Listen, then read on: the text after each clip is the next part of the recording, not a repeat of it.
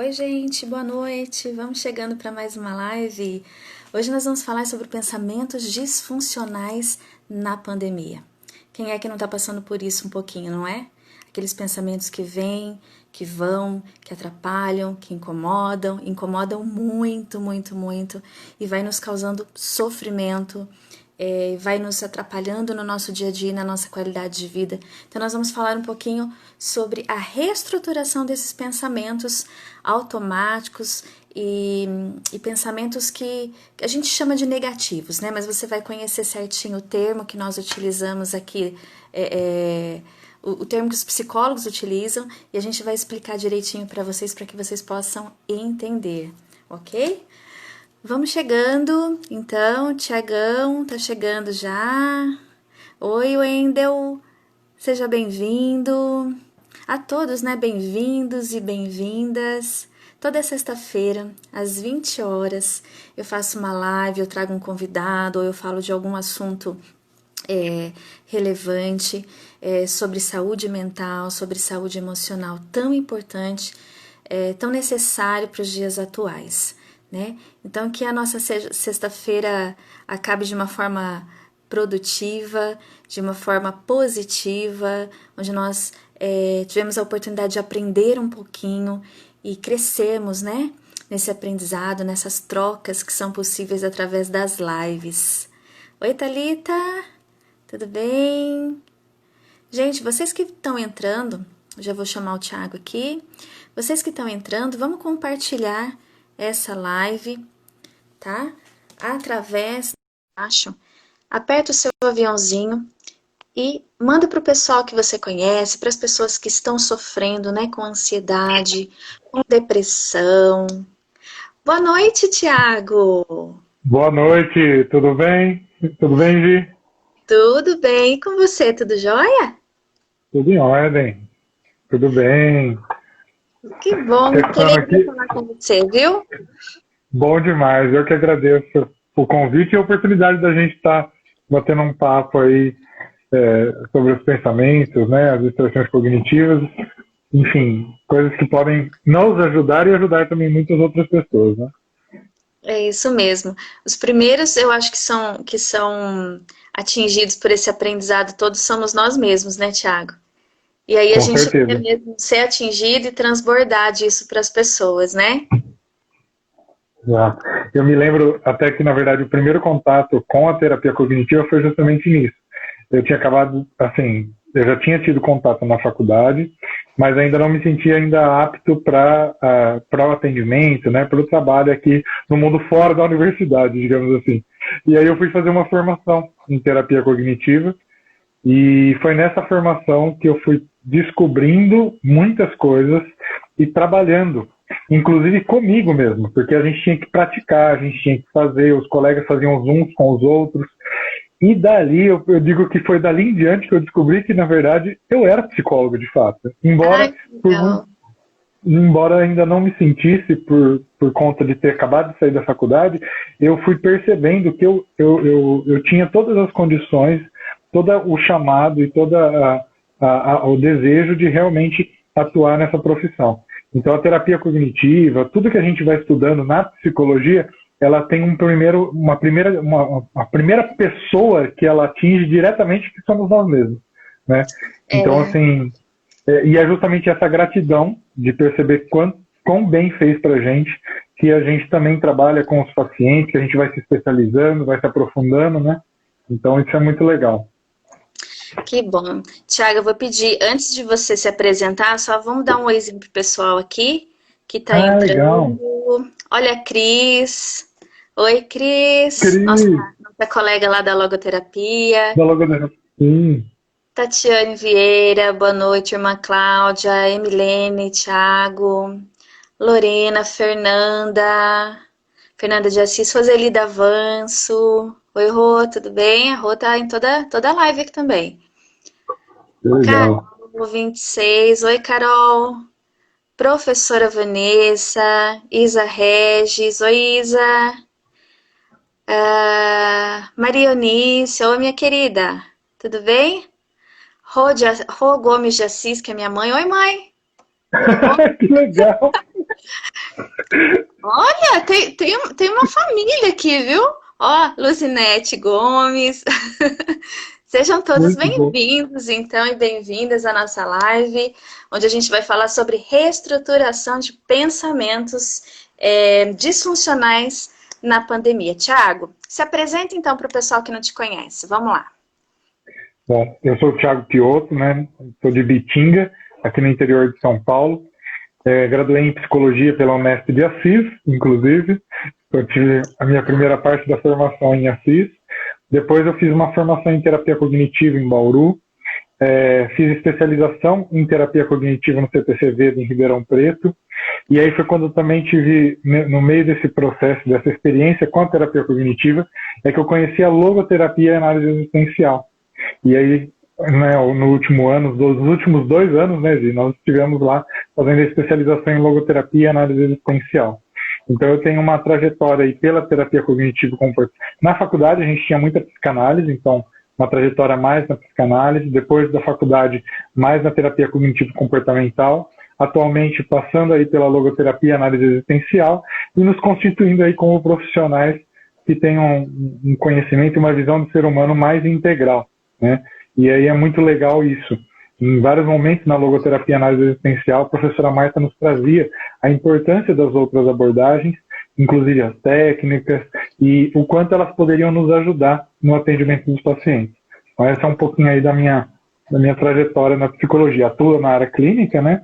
Então desde 2013, e também já trabalhei em lar de idosos, né?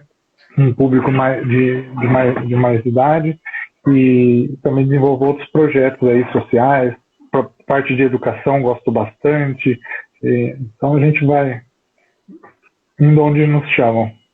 Ai, que bom, onde a vida vai convocando, né? Bom, se Exatamente. a gente aí, amigo do Thiago que não me conhece, então, meu nome é Gisele, sou psicóloga clínica também há 12 anos, só trabalho na clínica, hoje sou mãe, né, de 3 meninos, então eu me revezo aí nessa loucura toda da vida, né, entre casa, clínica, enfim, são as minhas principais funções aí, né, os principais papéis. Trabalho com traumas, com reprocessamento cerebral. Isso fez uma diferença imensa também. Foi a primeira paixão minha depois da faculdade, Thiago. Foi o EMDR.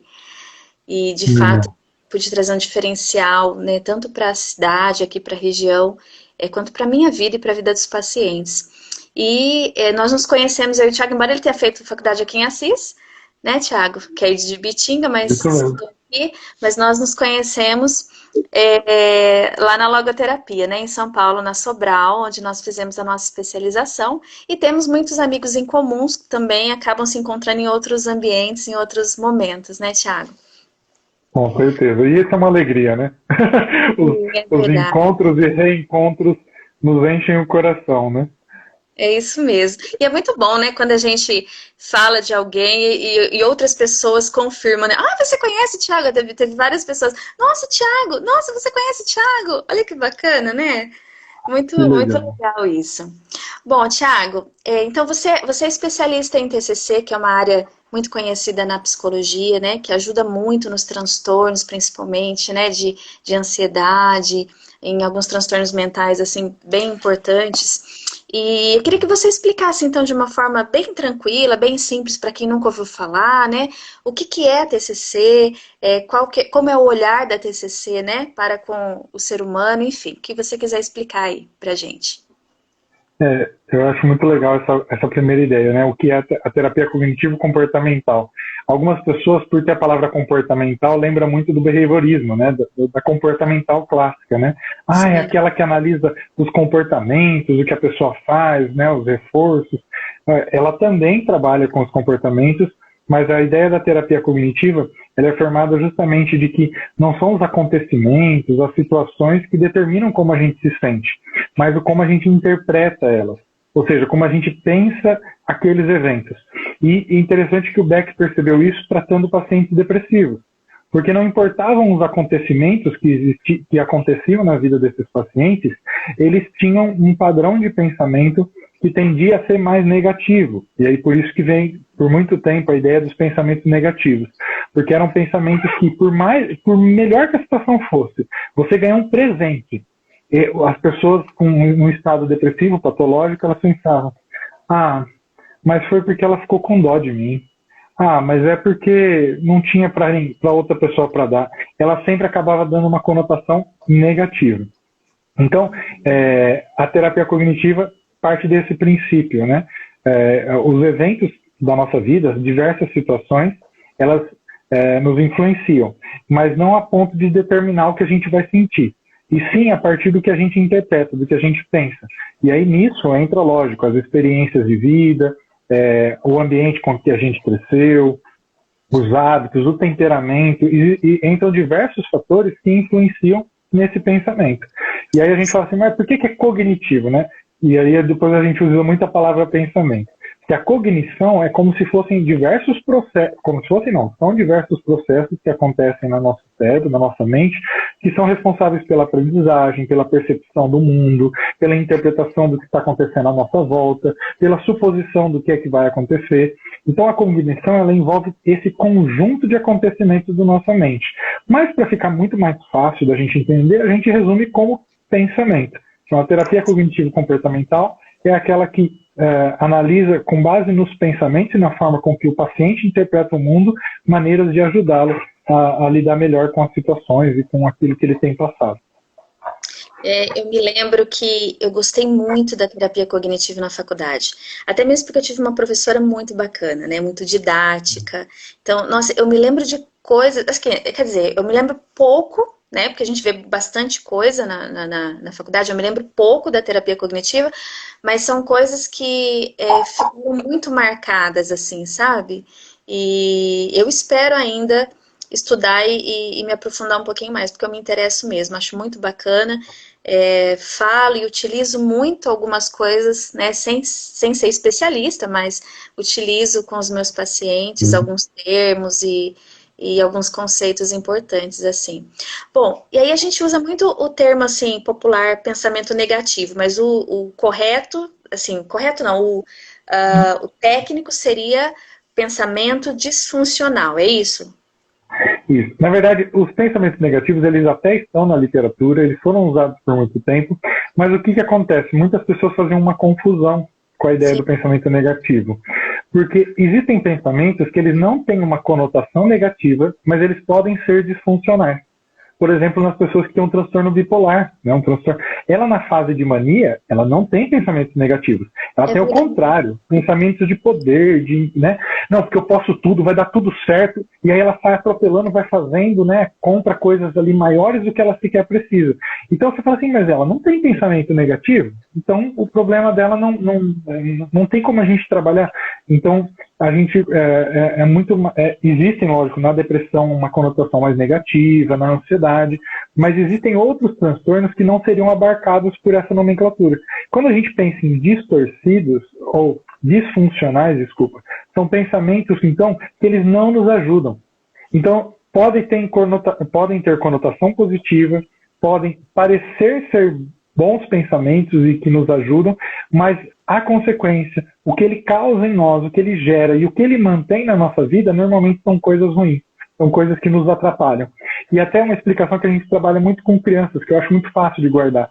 Os pensamentos, eles, quando são funcionais, eles nos ajudam, e os disfuncionais são aqueles que não ajudam. Não necessariamente eles atrapalham, mas às vezes eles só não ajudam. Eu preciso fazer exercício. E aí eu penso assim, mas eu estou tão cansado, eu não vou conseguir fazer exercício. Né? E aí eu vou me arrastando, assim. Então, ele não chega a atrapalhar, porque eu vou fazer o exercício. Mas eu vou com um peso, com uma dificuldade. Então, ele acaba sendo disfuncional. Mas, em outros casos, ele acaba atrapalhando, de fato. E aí a pessoa nem sai do lugar, ela nem se levanta, às vezes, da cama, por ficar ali com excesso, né, com muitos pensamentos disfuncionais. E é legal porque a terapia cognitiva, a gente tem o Aaron Beck, né, que fundamentou ela, a abordagem, e também o Albert Ellis, que é a terapia reacional emotiva, né? Então, racional emotiva. Então é bem interessante essa questão dos pensamentos negativos, ou melhor, a gente pode dizer assim, são pensamentos disfuncionais. Alguns serão negativos, outros podem não ser, mas mesmo assim terem um efeito disfuncional, de atrapalhar a nossa vida, a nossa saúde mental. Sim, o Thiago, teve uma pessoa que me perguntou assim, nos stories essa semana, né, que eu estava divulgando a nossa live, e a pessoa perguntou qual é a diferença entre crenças disfuncionais e pensamentos disfuncionais. E aí eu até falei, nossa, você respondeu muito bem, porque você utilizou a expressão, olha, as crenças, elas também são pensamentos, mas mais enraizados. Seria basicamente isso. Quando a gente pensa em pensamentos disfuncionais, eu também estou abreviando, porque na verdade eles são pensamentos automáticos, né? Isso. Se eles vão ser disfuncionais ou não, é já uma segunda análise. O primeiro acontecimento, o primeiro fenômeno de uma situação, por exemplo, a gente ia ter a live. Alguns minutinhos antes de entrar, me bateu e falei, nossa, nós vamos ter a live. E eu vou ter que falar, a gente vai ter que conversar sobre tal coisa. Ai. E aí bate aquele friozinho, né? Então, diante dessa situação, me passaram um fluxo muito grande de pensamentos. Esses pensamentos a gente chama de automáticos. Sim. Alguns podem ser disfuncionais, outros não. Alguns desses pensamentos que surgem, eles não têm origem em si na live que nós estamos fazendo, mas em experiências anteriores em que eu tive que me expor e que às vezes a minha mente, a minha cognição faz essa associação. E aí ela pode gerar uma ansiedade, não pela live, mas por ter que me expor. Aí, numa fração muito rápida, ela evoca lá uma crença de que uma vez eu passei vergonha, né? Sei lá, alguma coisa nesse sentido. Então, a crença... alguma situação assim. Algum constrangimento. Então aí você fala, às vezes no pensamento da situação, ele fica manifesto ali, é um pensamento disfuncional, mas o que está gerando ele, a maioria dos pensamentos disfuncionais, na verdade, eles são mantidos e eles acontecem por essas crenças disfuncionais.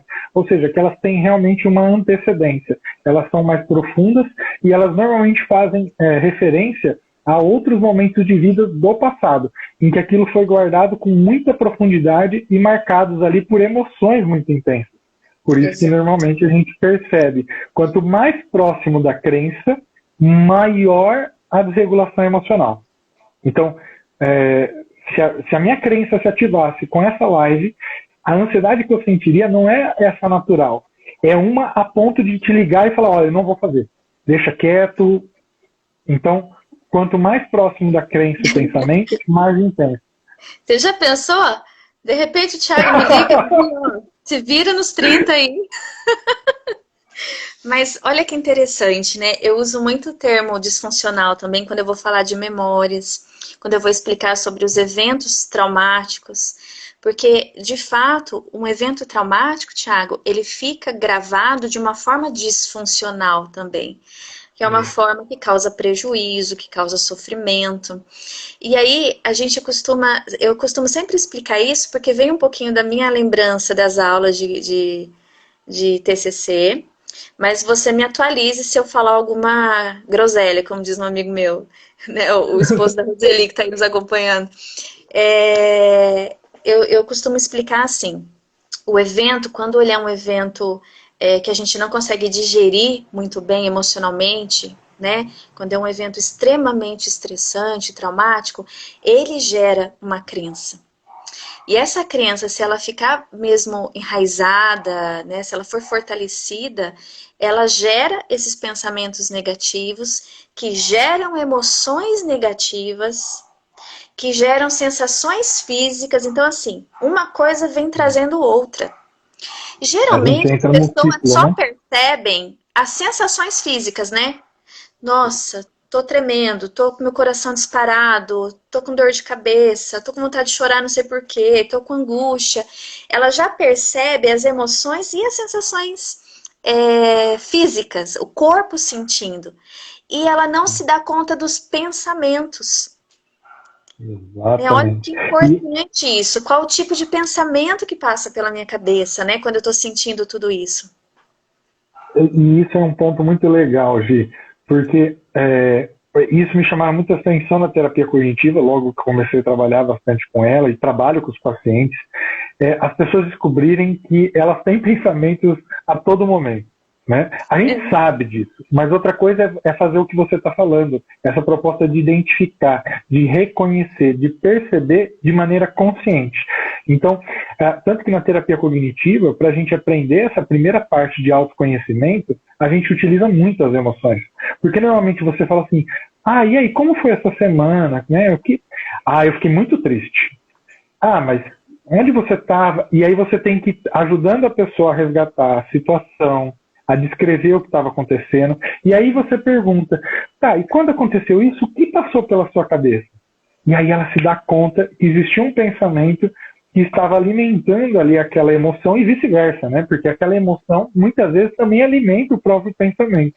Então, esse é um ponto importante, até antes da gente seguir a live com as questões que nós vamos entrar mesmo.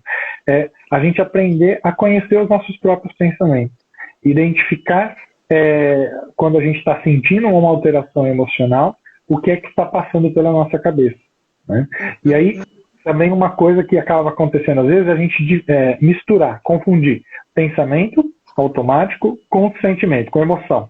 Né? Então, fala assim, o que você pensou quando aquela pessoa não olhou para você? Eu fiquei muito triste. Não, mas e o que passou pela sua cabeça? Isso então, é o que eu senti, né? Exatamente, essa é a emoção. Então a emoção, de uma maneira fácil, a gente normalmente identifica ela com uma palavra. Tristeza, alegria, nojo, ansiedade, medo. Ela é uma palavra, ela é emoção. O pensamento é a descrição do que eu interpretei sobre aquilo. Ele não olhou quando ele não olhou para mim, eu pensei que ele estivesse bravo comigo e que eu tinha feito algo de errado. E por isso ele me senti triste. Então aí ele consegue identificar o pensamento. Já respondendo aqui um dos comentários aqui, que era como identificar os pensamentos negativos são automáticos, né? Os pensamentos automáticos, eles vão acontecendo o tempo todo, e aí depois que eu conheço ele, aí eu consigo fazer uma análise desse pensamento, que é o que nós vamos também trabalhar um pouquinho, né? Pensamentos automáticos a gente tem o tempo todo, né? O tempo todo, assim. A quantidade eu não saberia dizer. Você sabe a quantidade, Thiago? Não lembro, porque o fluxo, ele é muito alto. Né? E assim, se você pega pessoas que têm um temperamento mais colérico ou que elas sejam até mesmo mais ansiosas, elas conseguem ter um fluxo que é indescritível. Tem pessoas que elas falam numa velocidade indescritível. Ela consegue... Não, porque eu pensei que... Né? Então, se ela está falando nessa velocidade, imagina o fluxo de pensamento dela. Mas como você falou, pensamentos automáticos nós temos o tempo todo, eles são naturais, a gente não tem que se preocupar como uma coisa ruim, eles fazem parte. A questão é a gente aprender depois a lidar um pouco melhor com eles, assim que a gente identifica os mesmos. Isso. A Roseli Davanço perguntou como se livrar desses pensamentos, pois não temos controle deles. Calma lá, Roseli, nós vamos chegar aí. Existe alguma técnica? Existem técnicas que nos ajudam, né? Mas isso daí já é uma técnica, né, Thiago? Quando eu estiver tendo uma emoção, quando eu estiver sentindo algo, eu parar para observar qual o pensamento que veio antes do sentir ou junto com o sentir, né? Antes, né? Vamos dizer assim. Isso. Ele acontece muito próximo ali. Tem pessoas que o sentir e o pensar, ele é praticamente no mesmo fluxo. Ele é muito rápido, principalmente quanto mais ligado a essas crenças. Mas você consegue identificar a partir da emoção que você está tendo um pensamento. Então, e realmente, isso é um primeiro ponto que inclusive já nos ajuda, porque faz um efeito. Quando a gente está pensando demais, a gente entra no fluxo de ideias e vai embora. Quando eu paro e pergunto, mas peraí, eu tô triste. Por que eu tô triste mesmo? No que eu tava pensando? Eu não fiz o meu trabalho hoje. Não entreguei tudo que eu precisava. Então eu tô triste por não ter dado conta do meu trabalho de hoje. Então, quando eu identifico esse pensamento, aí eu começo a conseguir trabalhar com ele. Ele já faz essa parada. Ou então, aí eu tô ansioso. Mas por quê? Nossa, eu estava assistindo o jornal e aí eu vi as notícias do coronavírus e pensei, onde vai acabar isso? Parece que está piorando. E aí eu percebo. Então, aqui eu tive aquele pensamento que me deixou daquela forma, né? Você sabe que eu tenho escutado muito, né, esses pensamentos, porque eu também trabalho identificando os pensamentos por conta do reprocessamento cerebral. E a pandemia, né, uma situação totalmente nova para todos nós, tem gerado muitos pensamentos disfuncionais nas pessoas. Né? É claro que, de um modo geral, eu não sei se a gente poderia considerar disfuncional, Tiago, um pensamento que pode ser, que é racional, inclusive. Um exemplo, eu posso adoecer. Isso gera ansiedade nas pessoas, né? O medo de adoecer, o medo de morrer, o medo de perder as pessoas, né? Enfim, isso pode ser, esse tipo de preocupação pode ser considerado um pensamento disfuncional ou não, no sentido de que ele nos ajuda a se proteger também, a se cuidar melhor, a prevenir a doença? Excelente questão, Gi. Quando a gente está avaliando também se o pensamento é funcional ou disfuncional, eu tenho que ter a situação. Então, por exemplo, hoje nós temos a nossa live, nós estamos aqui na live. Se ao invés de eu me concentrar no que eu precisasse para realizar a nossa live, eu ficasse pensando na possibilidade de pegar doença, sendo que nem sequer eu estou saindo de casa, entende? É funcional ou disfuncional? É disfuncional. Ele está interferindo totalmente. Agora, eu posso pegar a doença, né? Mas eu posso me prevenir para não pegá-la. E aí entra justamente esse contexto. Avaliar de situação a situação se aquele pensamento de fato está me ajudando ou não. E o que acontece é que muitas pessoas, nós todos estamos passando por um processo aí de adaptação de muitas mudanças. Uma delas é o aumento do isolamento social. E aí eu fico lá com o meu cérebro, com a minha mente, se alimentando de um excesso de notícias, onde eu tenho a sensação de que só existe isso. E eu, inclusive, tiro de lado aquilo que eu preciso realizar. Que, independente de eu pegar ou não o coronavírus, eu preciso fazer. Entende? Então, aquilo acaba me interferindo. E aí é extremamente disfuncional, porque nós temos visto um aumento do quadro de ansiedade. Aí você fala com a pessoa, mas você está saindo de casa, você está... Tem pessoas que estão com um quadro muito alto de ansiedade e elas estão praticamente ao isolamento. E aí você percebe, então, eu posso dizer que eu acho que essa ideia é interessante, que é uma desproporcionalidade entre o perigo real e aquilo que eu estou pensando e sentindo. Sim. Então, eu tenho que pensar que é uma doença e que ela, digamos, ela tem uma letalidade, ela tem ele exige cuidados. Mas no momento que eu estou em casa, que eu estou trabalhando, que eu estou cozinhando, que eu estou fazendo N coisas, será que isso vai me ajudar? Será que isso vai me ajudar a realizar aquilo que eu preciso? Então, essa análise do contexto é muito importante. Sim, isso aí. Bom, agora, existe um outro termo também que a gente ouve bastante, que é a distorção cognitiva. Qual que é a diferença de distorção para pensamentos... pensamentos disfuncionais, distorção cognitiva, ou é mais ou menos a mesma coisa? Como que é isso, Thiago? Os pensamentos disfuncionais são, então, esses pensamentos automáticos que eu tenho dentro de uma situação e que não me ajudam. Sim. As distorções cognitivas, elas são alguns padrões de pensamentos. Ou seja, eu consigo perceber uma mesma distorção em pensamentos diferentes. Então, por exemplo, vai morrer todo mundo. Ou então, nossa, não vai sobrar ninguém aqui em casa, ou o mundo vai acabar. São todos pensamentos extremamente negativos, pensando num futuro, né, e maximizando aquilo que poderia, de ruim que pode acontecer. Então, é um exemplo de distorção, de catastrofização. Né? A gente poderia entender como um movimento daquela mente que interpreta as coisas sempre com viés mais negativo, é isso? Eu gosto de pensar na distorção cognitiva, é o seguinte, nós usamos óculos, certo? Se eu tiro o óculos, ou se eu, no caso, quem não precisa de óculos, eu ponho um óculos aqui, ele vai embaçar a imagem.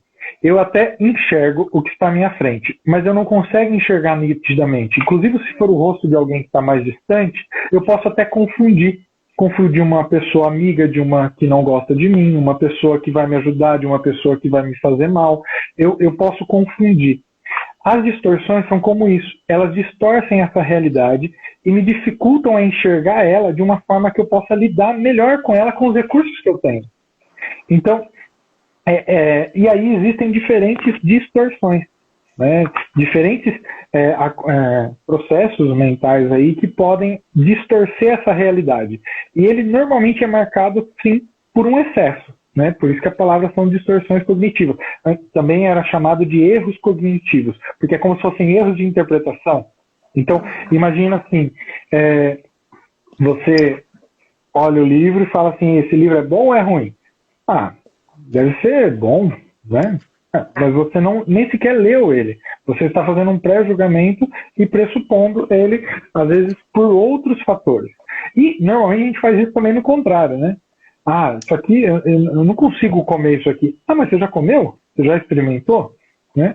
Então, eu tenho um padrão sem sequer ter a experiência. Ou eu vejo apenas uma face daquela questão, daquele acontecimento. Né?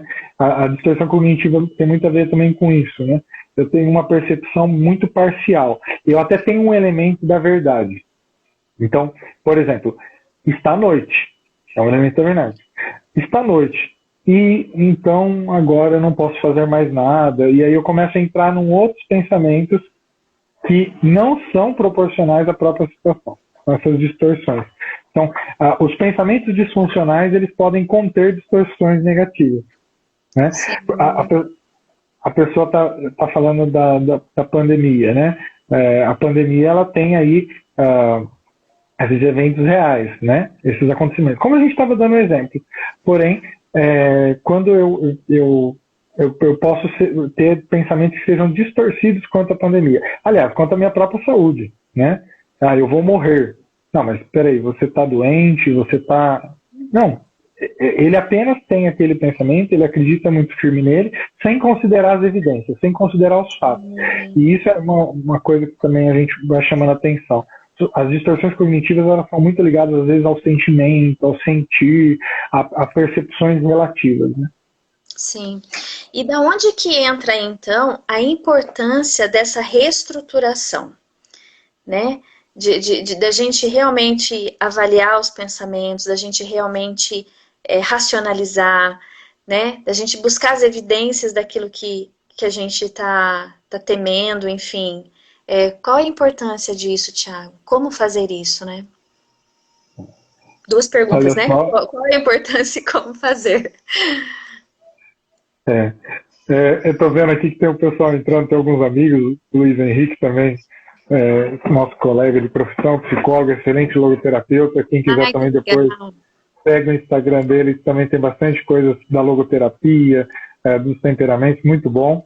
Sim. E quando a gente pensa na reestruturação cognitiva, é justamente essa possibilidade de modificarmos os nossos pensamentos, modificarmos as nossas interpretações e a maneira com que nós estamos enxergando aquelas situações que estamos vivendo. E a importância dela é justamente isso. Se eu tenho um pensamento disfuncional ou com distorções cognitivas e ele está me atrapalhando, ou seja, eu estou tendo uma emoção de ansiedade muito grande, eu às vezes não estou conseguindo fazer aquilo que eu preciso, porque eu fico muito agitado. Quando eu faço uma reestruturação cognitiva, ou seja, eu enxergo uma outra forma de pensar sobre aquilo que está acontecendo, muitas vezes, eu até costumo dizer, não quer dizer que a ansiedade vai se ausentar ou vai sumir, mas ela vai ficar numa intensidade em que não me impede de realizar aquilo que eu preciso. Ela me possibilita sentir-me mais apto, com maiores condições, até aproveitar melhor os recursos que eu tenho para fazer as coisas, né? Então, é muito importante a gente fazer esse exercício da reestruturação cognitiva. Mas como que a gente reestrutura os pensamentos, né? Como a gente acabou até conversando já várias formas de trabalhar ele aqui no meio do nosso bate-papo. Primeiro, identificando ele. Segundo, eu vendo uma adequação da realidade, então, dos eventos com base nas evidências, nos fatos, né? E daquela situação, sendo específico, porque quando a gente generaliza, também é muito difícil. Eu vou morrer. Não, eu vou mesmo, eu vou morrer. Um dia eu vou morrer. Mas quando? Agora, dentro do meu quarto, fazendo uma live? Então, se eu não tenho uma situação específica, também tende a ser muito difícil.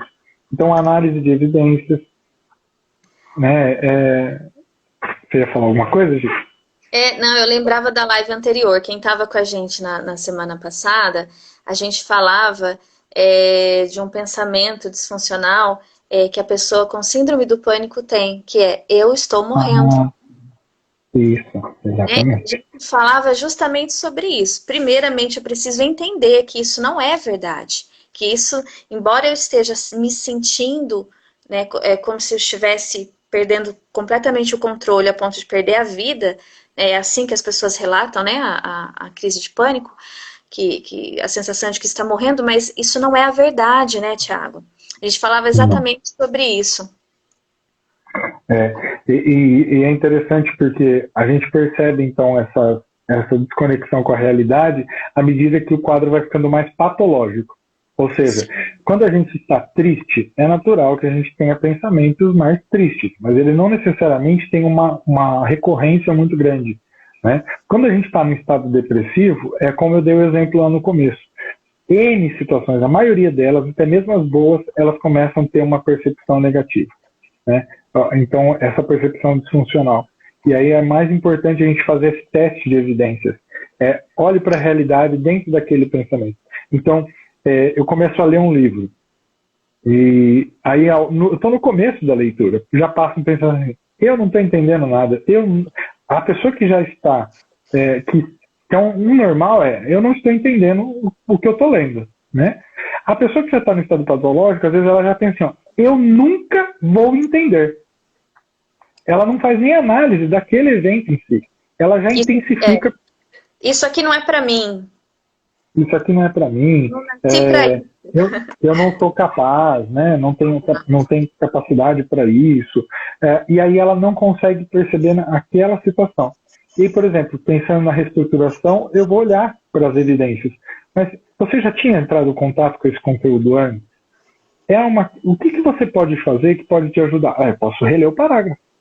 Né? Então, eu não entendi, deixa eu ler novamente esse parágrafo do livro. Ou então, olha, eu posso procurar um amigo que entenda melhor sobre esse assunto para que ele possa me ajudar a compreender. Então, quando ela olha para a situação em si, para o evento, para a situação que desencadeou, ela consegue encontrar muito mais soluções. E ela vai tendo esses pensamentos que são diferentes, esses pensamentos alternativos, eles já são mais funcionais, eles já são mais resolutivos, mesmo que seja verdade que ela não esteja entendendo. Porque pode ser que até que ela esteja entendendo, né? O Tiago, a Carol está perguntando, olha, distorções também podem ser negação da realidade? As distorções cognitivas podem ser uma negação da realidade. Podem ser, mas nessa tendência da pessoa, não necessariamente com uma Não é intenção. intencional, né? Isso. Porque, por exemplo, tem uma distorção cognitiva, né? Além da catastrofização, existem outras distorções muito comuns. Né? Tem uma delas que é, por exemplo, deixa eu pensar, a abstração seletiva. Tem várias coisas acontecendo, né? Na situação. Então eu pedi uma pizza, ela veio gostosa e tal. Só que aí o garçom demorou para trazer o refrigerante. E a pessoa acaba tendo um pensamento de que, nossa, essa pizzaria aqui não presta, né? Olha só. Então ela seleciona aquele evento negativo para definir tudo aquilo. E aí isso não quer dizer que ela faça porque ela quer e nem nada. Ela está ali num processo muitas vezes automático, né? Sim. Então, mas ela acaba sendo, no caso das distorções, quando a gente não trabalha com elas, quando a gente não passa a perceber a própria realidade, a consequência vai ser a negação da realidade, né? Porque eu vou ficar me prendendo, não a fatos, não a coisas que eu posso lidar, mas a suposições, a coisas que eu interpreto, com base, inclusive, em experiências muitas vezes pessoais, né? Da minha história de vida, das minhas emoções, e eu coloco como se fossem verdade. E a verdade, ela está fora de mim. Por isso que eu preciso fazer esse movimento de ir ao encontro dela, né? E muitas vezes, no caso da patológica, ou seja, quando a gente já está adoecido, uma depressão, um transtorno de ansiedade, entre outros transtornos, a importância de procurar um profissional. Porque, veja, isso também é importante. Mudar pensamento não é tão simples assim.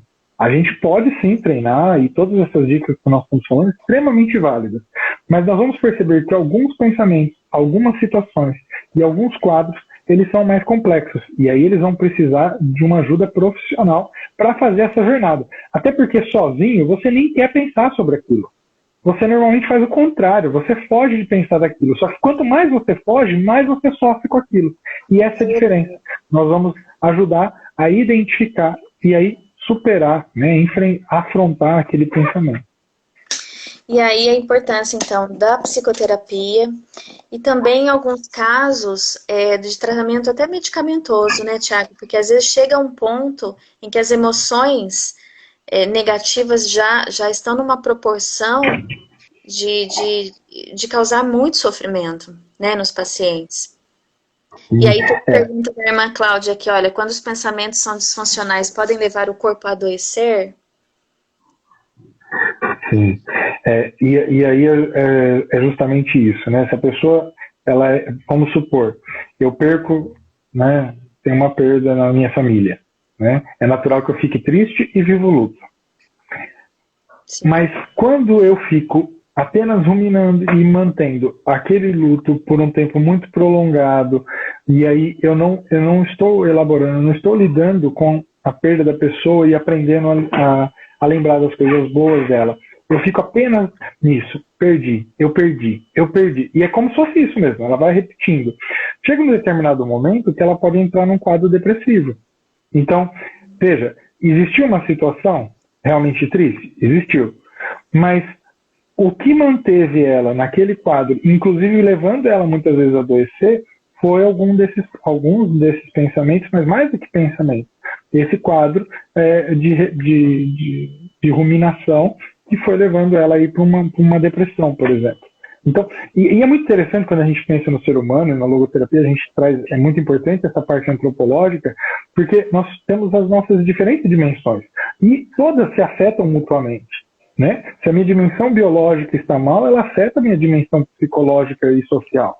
Assim como também, se a minha dimensão espiritual, eu não estou realizando, eu não estou indo além de mim mesmo, eu não estou servindo, não estou amando, não estou me dedicando a algo que não seja eu mesmo, as outras duas primeiras também vão adoecer, né? Então, é muito interessante isso. Por isso que, às vezes, quando a gente não consegue compreender sozinho o que esteja acontecendo, é a importância de um profissional para nos ajudar nesse processo de identificação. E aí, como a Gisele, você colocou muito bem, Gi, em alguns casos, a ajuda vai ser medicamentosa. Ou seja, eu vou passar por um profissional, que é o psiquiatra, que ele estudou justamente esses processos químicos, para que eu possa ter uma reposição ali daquela necessidade fisiológica. E também pode acontecer o contrário. Eu acho que é uma necessidade fisiológica e, de repente, eu percebo que, na verdade, é um tratamento psicológico. Ou seja, lidar com as emoções, lidar com os pensamentos e com as situações da própria vida. E também na terapia a gente, às vezes, acaba descobrindo que tem aí uma necessidade da dimensão espiritual. A pessoa olhou tanto para si, foi olhando tanto para si, né? Se proteger tanto que ela deixou de perceber o mundo à volta dela, deixou de realizar aquilo que ela precisasse realizar. Então, é muito interessante. E aí, o lindo, né, é que apesar de toda a vivência desses pensamentos negativos e disfuncionais, de toda a sua história que os causou, né, essa pessoa vai descobrindo que ela é livre para decidir o que fazer da sua vida mesmo e apesar de tudo. Né? Porque isso não pode nos definir, gente. Mesmo que nós tenhamos padrões, né? Padrões de pensamento. Como tem muita gente que só vê o negativo, tem muita gente que reclama muito, tem muita gente, né, que cria uns hábitos assim. A gente chama isso de padrões. E mesmo diante de padrões, mesmo de condicionamentos, mesmo que você tenha sido condicionado, ou seja, que você tenha vivido dentro de uma casa onde seu pai e a sua mãe agiam de determinada forma, te ensinaram assim, enfim, você ainda assim é livre. É livre para escolher, bom, o que eu vou fazer com isso agora? Agora eu sou adulta, agora eu sou responsável e eu posso decidir por mim. Eu posso avaliar aquilo que de fato é bom para mim e aquilo que não é bom para mim. E travar uma luta aí, né? Comigo mesmo, né, Thiago? Exatamente. E aí é por isso que eu gosto muito de explicar que o autoconhecimento, a terapia, o conhecimento dos próprios pensamentos, a reestruturação cognitiva, é um processo, não é mágica. Não é porque eu sei ou porque eu conheço que de repente isso não acontece nem conosco, com os profissionais. Até mesmo nós precisamos parar às vezes para olhar e analisar para saber como nós vamos nos posicionar diante da vida. E voltando a uma pergunta da Roseli que ficou lá em cima, como controlar os pensamentos automáticos? Os pensamentos automáticos, como o próprio nome diz, eu não tenho controle sobre eles, porque eles vão brotar querendo ou não querendo. Mas o que eu faço com esses pensamentos que brotam na minha cabeça, isso eu posso aprender, isso eu posso treinar, isso eu posso melhorar, que é essa capacidade de identificá-los e aí, a partir disso, decidir o que eu vou fazer com ele. Eu vou continuar alimentando esse pensamento? Esse pensamento, ele me parece ser funcional, ele está me ajudando? Eu vou me insistir, repetir esse pensamento ou manter essa ideia? Ou existe uma outra ideia, uma outra forma de pensar que descreva melhor essa situação, que me ajude a olhar para ela de um jeito que me dê mais força para lidar. Então, é muito interessante isso. Porque muitas vezes a pessoa fala, como que eu faço para não pensar nisso? Aí eu falo, cuidado, porque quanto mais você não quer pensar, é uma coisa que eu falo assim, Gisele, não pense em nada. No que você está pensando? Está pensando em nada porque eu falei para você não pensar em nada. Inclusive, quando você fala para não pensar, você pensa. Agora, tipo aquela, né? Não pense agora num elefante amarelo de bolinha azul. Pronto. Eu adoro dar esse exemplo. E já aí depois, pensou? Já veio. É automático. E aí eu digo, é automático. E aí você fala assim, agora pensa numa onça, né? Numa onça pintada. Você já viu uma onça pintada, gente? Uhum. Pessoalmente, já no... Não. só Mas já né? veio a imagem aqui, né? A gente vai buscando, né? O que aconteceu com o elefante amarelo de bolinhas pintadas? Oi? Quando você pensou na onça pintar, o que aconteceu com o elefante? Ele saiu de cena. Né?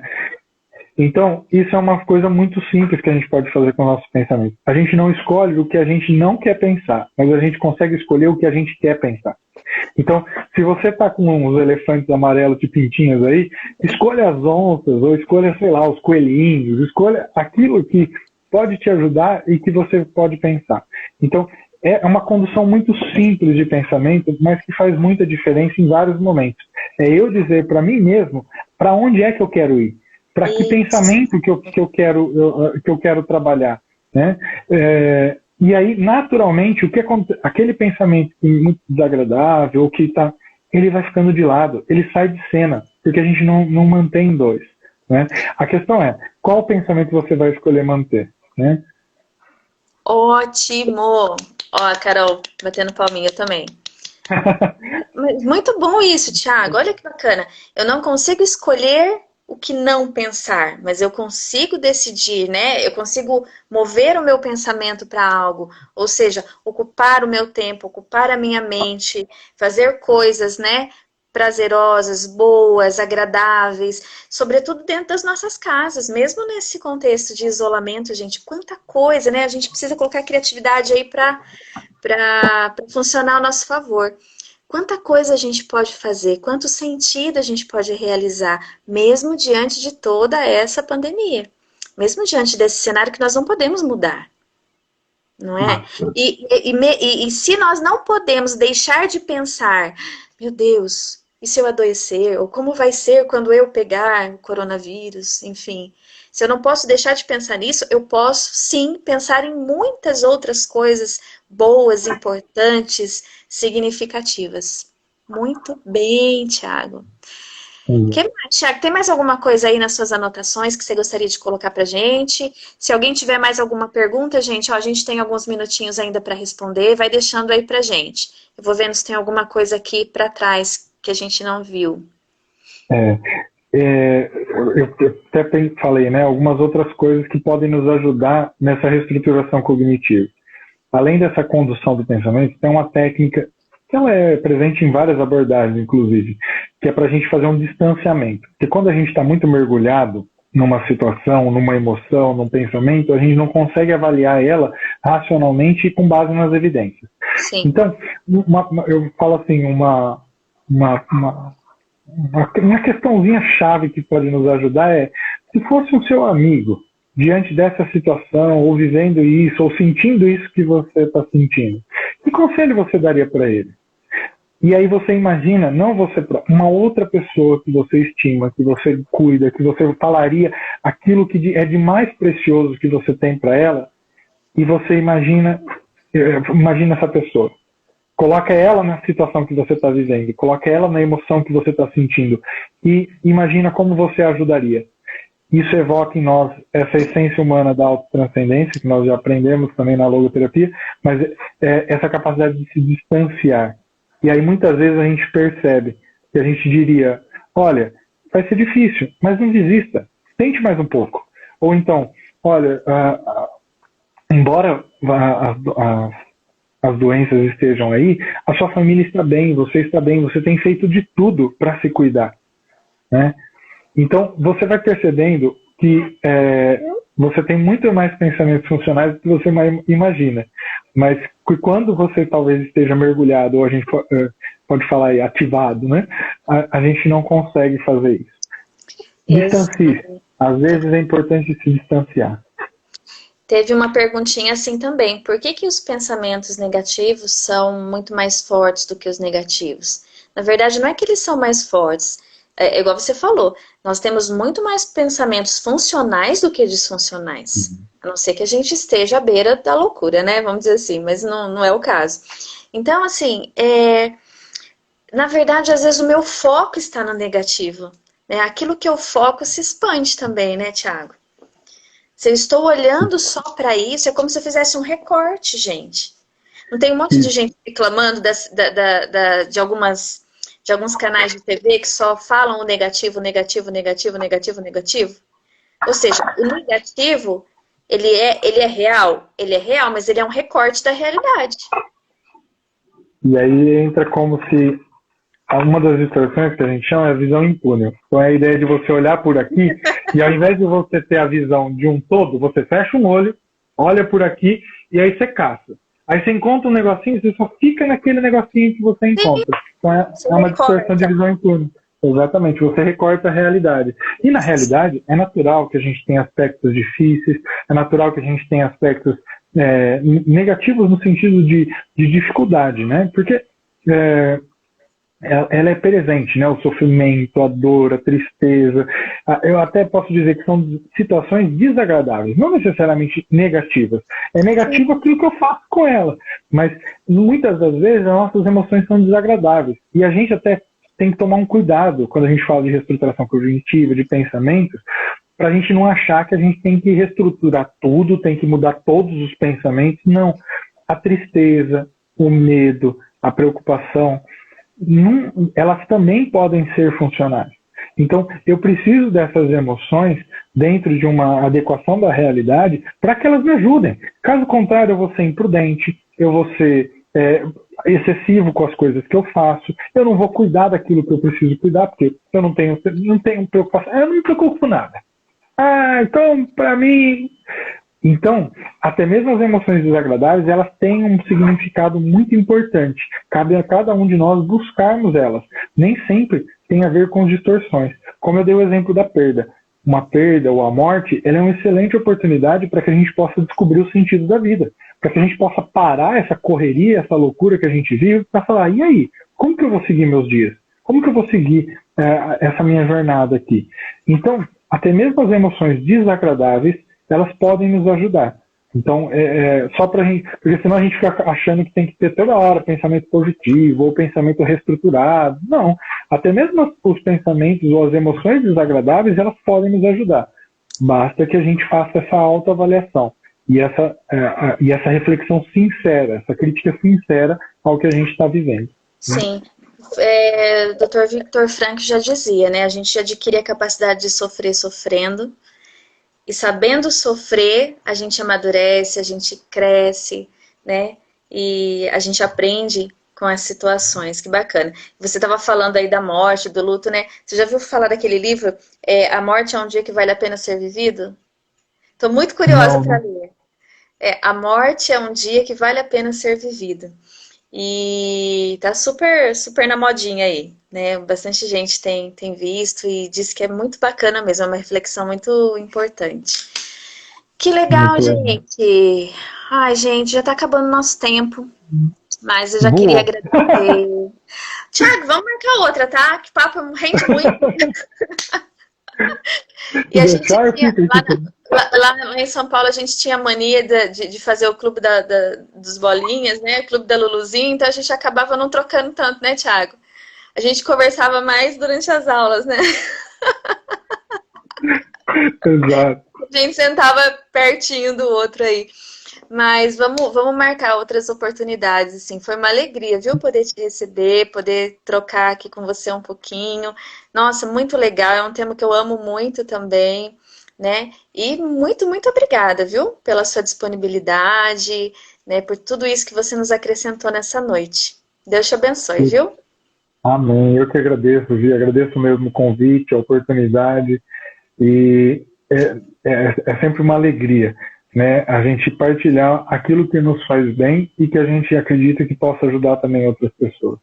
Então, eu já fico aqui aberto e para a gente pensar outros temas, outras lives, para a gente Opa! bater esse papo, porque como a gente fala, né? É muito bom até primeiro para a gente.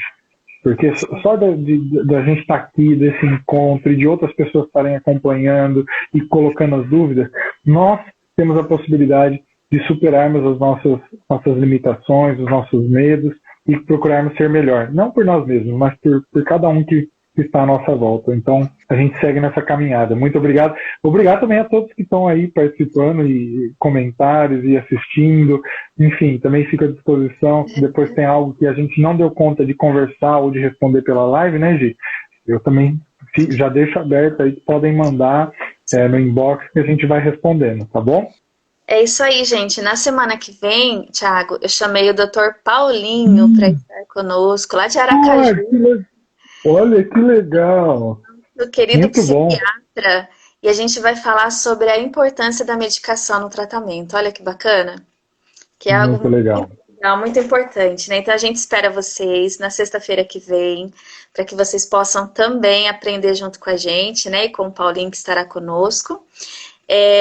Obrigada por tudo, gente. Olha, depois vocês deixem lá pra gente, na gravação vai ficar gravada essa live. Compartilha com as pessoas que vocês sabem que podem ser beneficiadas com essas informações, tá bom? E continuem nos seguindo lá. Sigam o Thiago, me sigam, que a gente continua, na medida do possível, aí contribuindo, partilhando um pouquinho daquilo que Deus nos dá de presente, né, Thiago? Que é a graça, o dom de ajudar as pessoas na sua saúde mental e emocional. Obrigadão, gente. Thiago, Deus abençoe. Obrigado, gente. Deus, Um abração para todo mundo que nos assistiu aí. Ó, eu tenho a Camila, prima lá também. Um abraço para todo mundo, gente. Valeu, boa noite. Tchau, gente. A live tá gravada. Assistam depois, tá? O pessoal que chegou agora aí. Um beijão. Deus abençoe.